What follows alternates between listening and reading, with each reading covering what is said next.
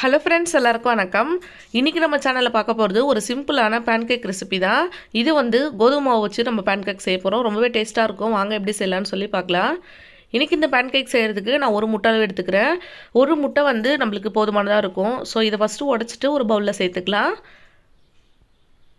இப்போது இது கூட பார்த்திங்கன்னா அரைக்கப்பளவு நான் பால் சேர்த்துக்கிறேன். பால் காய்ச்சி ஆற வச்ச பால். இதில் சர்க்கரை எதுவுமே சேர்க்கலை. வெறும் பால் மட்டும் காய்ச்சி ஆற வச்சு வச்சுருக்கேன். அதை இது கூட நான் சேர்த்துக்கிறேன். நெக்ஸ்ட் இது கூட பார்த்தீங்கன்னா 1/4 கப் அளவு சுகர் சேர்த்துக்கோங்க. நம்ம எடுத்துருக்க இந்த ஒரு முட்டைக்கு 1/4 கப் அளவு சுகர் சரியாக இருக்கும். ஸோ நீங்கள் 1/4 கப் அளவு சேர்த்துக்கோங்க. ஒரு மைல்டான இனி போட்டு சூப்பராக இருக்கும். குழந்தைங்களுக்கு ரொம்பவே பிடிக்கும். அடுத்ததாக ஒரு பிஞ்ச் அளவுக்கு நான் சால்ட்டு சேர்த்துக்கிறேன். இப்போ இதெல்லாம் சேர்த்து நல்லா மிக்ஸ் பண்ணி விட்டுக்கோங்க. இந்த முட்டை பால் எல்லாமே நம்மளுக்கு நல்லா மிக்ஸ் ஆகி வரணும். அந்தளவுக்கு நல்லா மிக்ஸ் பண்ணிக்கோங்க. அவ்வளோதான், இது நல்லா மிக்ஸ் பண்ணியாச்சு. அடுத்ததாக பார்த்தீங்கன்னா ஒரே ஒரு டேபிள் ஸ்பூன் அளவுக்கு நான் பட்டர் சேர்த்துக்கிறேன். இது ஹோம்மேட் பட்டரு. ஒரு டேபிள் ஸ்பூன் அளவுக்கு நீங்கள் சேர்த்துக்கோங்க. இது ரூம் டெம்பரேச்சரில் இருக்க பட்டர் தான் நான் சேர்க்குறேன். நீங்கள் இதை உருக்கிட்டு கூட சேர்த்துக்கலாம். இப்போ இதே சேர்த்ததுக்கப்புறமா இது நல்லா மிக்ஸ் பண்ணி எடுத்துக்கலாம்.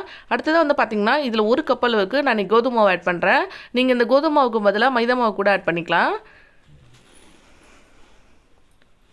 மைதா மாவு சேர்க்கறத காட்டிலும் நம்ம கோதுமை மாவு சேர்த்து செஞ்சோம் அப்படின்னா குழந்தைங்களுக்குமே ரொம்ப ஹெல்தி. ஸோ அதனால் நான் இன்றைக்கி கோதுமை மாவு செஞ்சுருக்கேன்.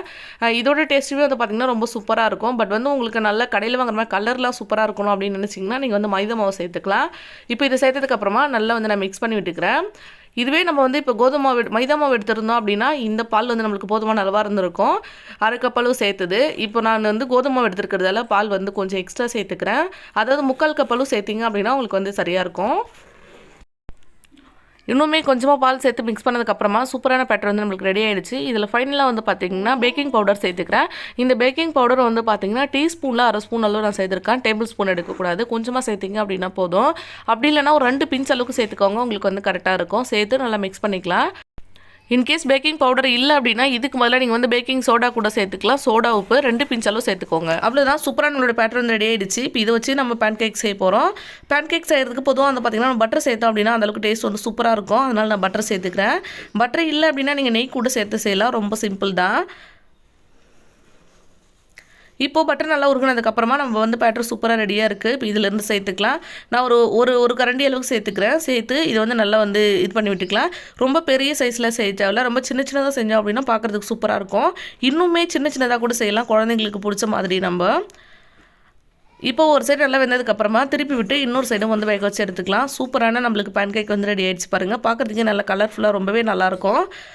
இது பார்த்திங்கன்னா குழந்தைங்களுக்கு ரொம்பவே பிடிக்கும். மதியம் ரொம்ப விரும்பி சாப்பிட்டா. எனக்குமே பார்த்திங்கன்னா ரொம்ப நல்லா இருந்தது சாப்பிட்றதுக்கு. மைல்டான ஒரு இனிப்போட கண்டிப்பாக வீட்டில் செஞ்சு ட்ரை பண்ணி பாருங்கள். கோதுமை மாவு நம்ம எல்லார் வீட்லேயுமே இருக்கும். அடிஷ்னலாக இதில் வீட்டில் இல்லாமல் நம்ம தேவைப்படுறது பார்த்திங்கன்னா பேக்கிங் பவுடர் தான். பேக்கிங் பவுடர் இல்லை அப்படின்னா இதுக்கு மேலே பேக்கிங் சோடா கூட நீங்கள் ஒரு பிஞ்ச் அளவு சேர்த்துக்கலாம். ட்ரை பண்ணி பார்த்துட்டு எப்படி கமெண்ட் பண்ணுங்கள். தேங்க்யூ. தேங்க்ஸ் ஃபார் வாட்சிங். பாய்.